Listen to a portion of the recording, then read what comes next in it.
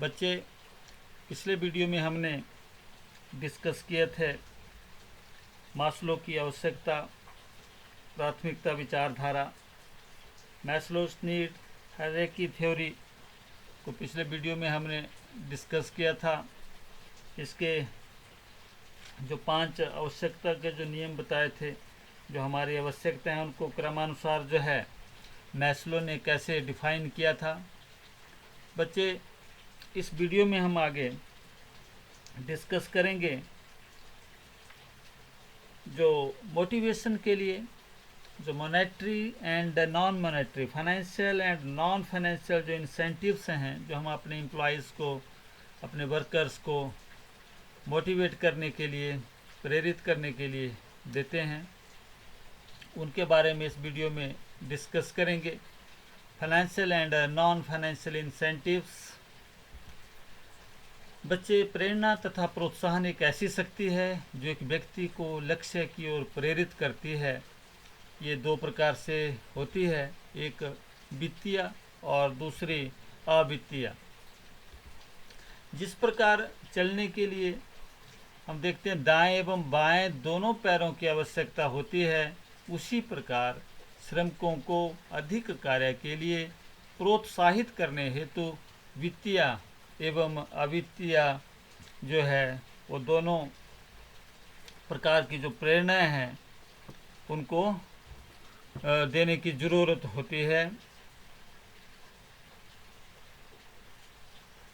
वित्तीय अथवा मौद्रिक जो प्रेरणाएं हैं जिनका मूल्यांकन मुद्रा के रूप में किया जा सके, उनको हम फाइनेंशियली मुद्रा के रूप में किया जा सके या मुद्रा के में उसको मापा जा सके, ऐसा उनको हम वित्तीय अथवा मौद्रिक प्रेरणा कहते हैं। या मुद्रा में मूल्यांकन का आशय यह है कि यह जरूरी नहीं कि सभी अभिप्रेरणा नकदी के रूप में ही दी जाए, बल्कि कुछ ऐसी सुविधाएं भी प्रदान की जा सकती हैं जिनका मूल्यांकन मुद्रा में किया जा सकता है। जैसे फॉर एग्जांपल हम किराया मुक्त मकान अपने नौकरों को देते हैं, उनसे किराया जो है उनको फ्री रेंट जो है हाउस प्रोवाइड किया जाता है। एंड जो और सुविधाएं हैं वित्तीय प्रेरणा प्राय कर्मचारियों की शारीरिक तथा सुरक्षा व्यवस्थाओं को संतुष्ट करने में जो सहायक होती हैं, इस प्रकार के हम उनको जो है वो वित्तीय प्रेरणा दे सकते हैं। तो मुख्य वित्तीय परिणामों में हम इसको निम्नलिखित को हम सम्मिलित करते हैं। फाइनेंशियल और नॉन फाइनेंशियल्स में हम जैसे वेतन एवं भत्ते हैं, and pay and allowances, productivity linked wages, incentives, bonus, profit sharings and salary, commission, performance related pay, share ownership, these are all financial methods. And non financial methods में job enlargement, job enrichment, team working, empowerment, fringe benefits and job rotations, promotions etcetera, ये non financial methods में आती हैं। तो हम discuss करेंगे अभी number 1 financial और मॉनेटरी इंसेंटिव्स। तो नंबर 1 है हमारे पास पे एंड अलाउंसेस, वेतन एवं भत्ते, पे एंड अलाउंसेस। बच्चे, पे वेतन जो कर्मचारियों को हम देते हैं, पे से हमारा मतलब है वेतन एवं भत्ते। प्रत्येक कर्मचारी के लिए मुख्य मौद्रिक प्रेरणा है, उसके लिए बेसिक नीड है, मुख्य प्रेरणा है। वेतन के अंतर्गत मूल वेतन जो है बेसिक सैलरी, महंगाई भत्ता तथा अन्य भत्ते सम्मिलित होते हैं। वेतन एवं भत्तों में प्रतिवर्ष जो है होने वाली नियमित वृद्धि से कर्मचारी जो हैं वो अभिप्रेरित होते हैं, मोटिवेट होते हैं। जो पे एंड अलाउंसेज हैं हर वर्ष जो है बढ़ते रहते हैं, उनको डीए बढ़ता रहता है, उनका जो इंक्रीमेंट है एक निश्चित दर से जो है वो मिलती है और उनकी पे जो है हर साल जो है इंक्रीज होती रहती है। ऐसा होने से जो कर्मचारी हैं वो संस्था में, व्यवसाय में बने रहते हैं और वो अपने कार्य को करने के लिए मोटिवेट रहते हैं, क्योंकि उनको पे और जो अलाउंसेज जो उनको सैलरीज मिलती है उससे उनकी जो बेसिक नीड्स हैं वो पूरी होती हैं। नेक्स्ट है number 2 productivity linked wage incentive, उत्पादकता मजदूरी मिलान प्रेरणा। इसके अंतर्गत जो है जो उत्पाद का जो उसकी जो प्रोडक्टिविटी जो है, जो प्रोडक्शन होती है, उसमें जो मजदूरी से जोड़कर कर्मचारियों को अभिप्रेरित किया जा सकता है, अर्थात जितनी अधिक प्रोडक्शन होगी उतनी ही अधिक मजदूरी का भुगतान किया जाएगा। यानी कि मोर is the production, more is the wages of the workers को हम उतने ज़्यादा इंसेंटिव्स और उतने ज़्यादा देंगे प्रोडक्शंस के बेस पर, जितनी जो प्रोडक्शंस पैदा करेगा। तो इससे कर्मचारियों को रहता है कि अधिक से अधिक जो है वो प्रोडक्टिविटी की तरफ ध्यान देते हैं, अधिक से अधिक प्रोडक्शंस पैदा करने का उनका विचार रहता है, क्योंकि उनको एक लालच होता है कि हमें ज़्यादा पैसे वेजेस जो हैं वो मिलेंगे। नेक्स्ट है बोनस। बच्चे, बोनस क्या होता है? बोनस का अभिप्राय कर्मचारियों को उनके सामान्य पारिश्रमिक के अतिरिक्त, जो उनको सामान्य जो पे एंड सैलरी या जो भी कुछ उनको मिलता है उसके अतिरिक्त जो है ये होता है, और उन्हें क्या है, बेहतर सेवाएं प्रदान के बदले में किया जाता है। जो कर्मचारी जो हैं, सभी कर्मचारी काम करते हैं, अधिक काम करते हैं, तो जो ओनर है, मालिक है, वो खुश होकर जो है अच्छे प्रोडक्शन होने के आधार पर उनको अपने कर्मचारियों को बोनस जो है वो देते हैं।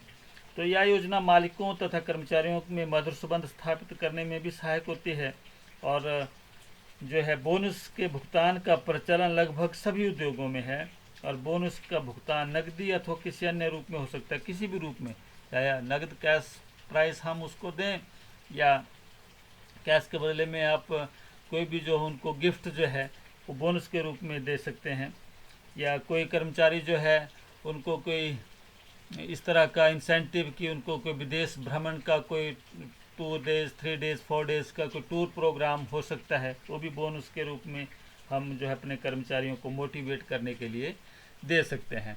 नंबर नेक्स्ट है फॉर प्रॉफिट शेयरिंग। जो लाभ में जो है उनकी भागीदारी जो है कर्मचारियों की, तो एक व्यावसायिक संस्था द्वारा अर्जित लाभ दो पक्षकारों के प्रयासों का परिणाम होता है, स्वामी और कर्मचारी। तो स्वामी पूंजी लगाते हैं और कर्मचारी अपनी सेवाएं प्रदान करते हैं, सीधी सी बात है। और स्वामियों को पूंजी विनियोग के फलस्वरूप क्या मिलता है? लाभ, तथा कर्मचारियों को सेवाओं के फलस्वरूप क्या मिलता है? मजदूरी मिलती है, उनको पैसे मिलते हैं मजदूरी में काम करने के बदले में।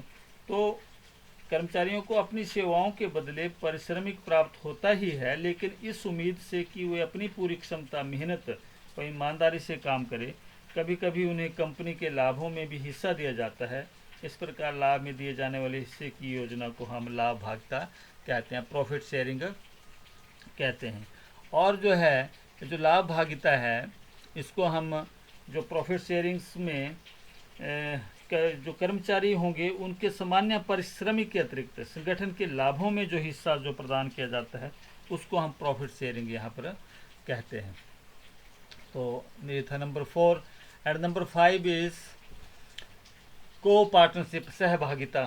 सहभागिता से हमारा जो अभिप्राय है बच्चों, यहाँ पर वो क्या होता है? सहभागिता कर्मचारियों को उनके सामान्य पारिश्रमिक के अतिरिक्त संगठन की पूंजी में हिस्सा प्रदान करना। To provide a share to employees in the capital of the organisation in addition to their regular remunerations. तो औद्योगिक प्रजातंत्र तथा प्रबंध में श्रमिकों की भागीदारी, वर्कर्स पार्टिसिपेशन इन मैनेजमेंट है।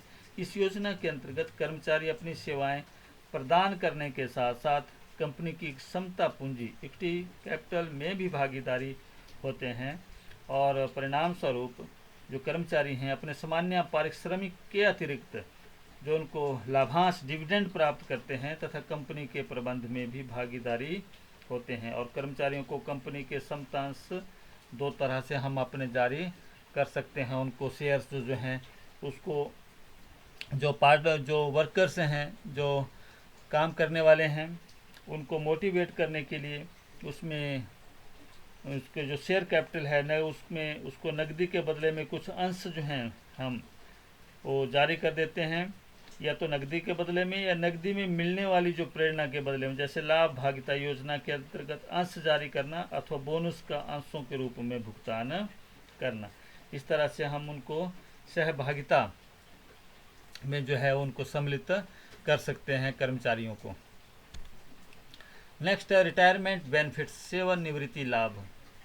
बच्चे कोई भी कर्मचारी संस्था में ज्वाइन करता है तो उसका सेवानिवृत्ति जो है, रिटायरमेंट अनिश्चित है, और हर कर्मचारी ये चाहता है कि उसको रिटायरमेंट पर, सेवानिवृत्ति पर अच्छे से लाभ मिले, ताकि उसका जो रेस्ट ऑफ जो टाइम है वो अच्छे से व्यतीत हो, उसकी जो लायबिलिटीज़ हैं परिवार के प्रति उनको मीट आउट करने में वो सक्षम हो। तो इसलिए यदि हम उनका रिटायरमेंट बेनिफिट्स में अच्छे से सहयोग करेंगे तो वो कर्मचारी जो हैं वो मोटिवेट रहेंगे, और संस्था के जो उद्देश्य हैं उनको अचीव करने के लिए संस्था की हेल्प करेंगे। तो सेवानिवृत्ति के बाद के समय को लेकर वो चिंतित भी रहते हैं। यदि उसे इस समय के लिए आर्थिक सुरक्षा प्रदान कर दी जाए तो उसका भविष्य सुरक्षित हो जाता है, हो जाएगा। ऐसी स्थिति में वो निश्चित रूप से अभिप्रेरित होगा। भविष्य निधि तथा उपदान गृहस्थी सेवानिवृत्ति लाभ के सबसे अच्छे उदाहरण है। उनको जो है वो रिटायरमेंट के बाद जो है प्रोविडेंट जो फंड होता है, प्रोविडेंट फंड और गृहस्थी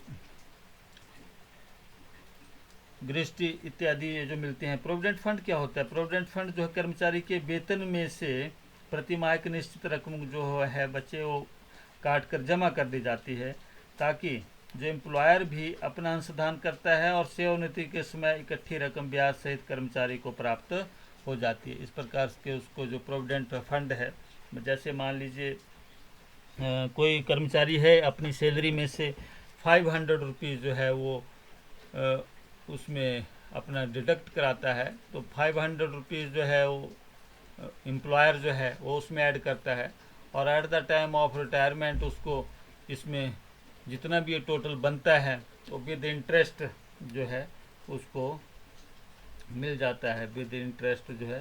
तो इस प्रकार से उसमें रहता है। एंड नेक्स्ट है पर्क, अनुलाभ। तो ये जो पर्क होते हैं बच्चे, ये क्या होते हैं? अनुलाभों का अभिप्राय ऐसी सुविधाओं से है जो एक कर्मचारी को अपने नियोक्ता से निःशुल्क प्राप्त होते हैं। कुछ ऐसे पर्क जो हैं, जैसे आपको किराया मुक्त मकान, आपको एक जो है रहने के लिए ड्यूरिंग आपकी जब सेवाएं ली जा रही हैं संस्था में, आपका जो मकान जो है कमरा है उसका किराया नहीं लिया जाता है। आपको नौकर जो है आपके जो पोस्ट है उसके हिसाब से आपको नौकर प्रोवाइड किया है, आपको कार दी गई है आपके सरकारी काम के लिए। इस प्रकार के जो आपको जो सुविधाएं हैं, एडिशनल जो आपको बेनिफिट्स हैं, वो अभी कर्मचारियों को अभिप्रेरित करने के लिए एक अहम भूमिका जो है ये निभाती हैं, और कर्मचारी जो हैं वो संस्था में काम करने के लिए प्रेरित रहते हैं, और उनका जो मनोबल है कर्मचारियों का वो संस्था में, और जो मालिक है वो जो संस्था के जो गोल हैं, ऑब्जेक्टिव्स हैं, उनको अचीव करने में सक्षम होते हैं। तो ये थे फाइनेंशियल जो हैं वित्तीय प्रेरणाएं जो हमने इस वीडियो में डिस्कस की। होप आपको ये वीडियो अच्छे से समझाया होगा, पसंद आया होगा। अगले वीडियो में हम नॉन फाइनेंशियल इंसेंटिव्स डिस्कस करेंगे। तो थैंक यू वेरी मच।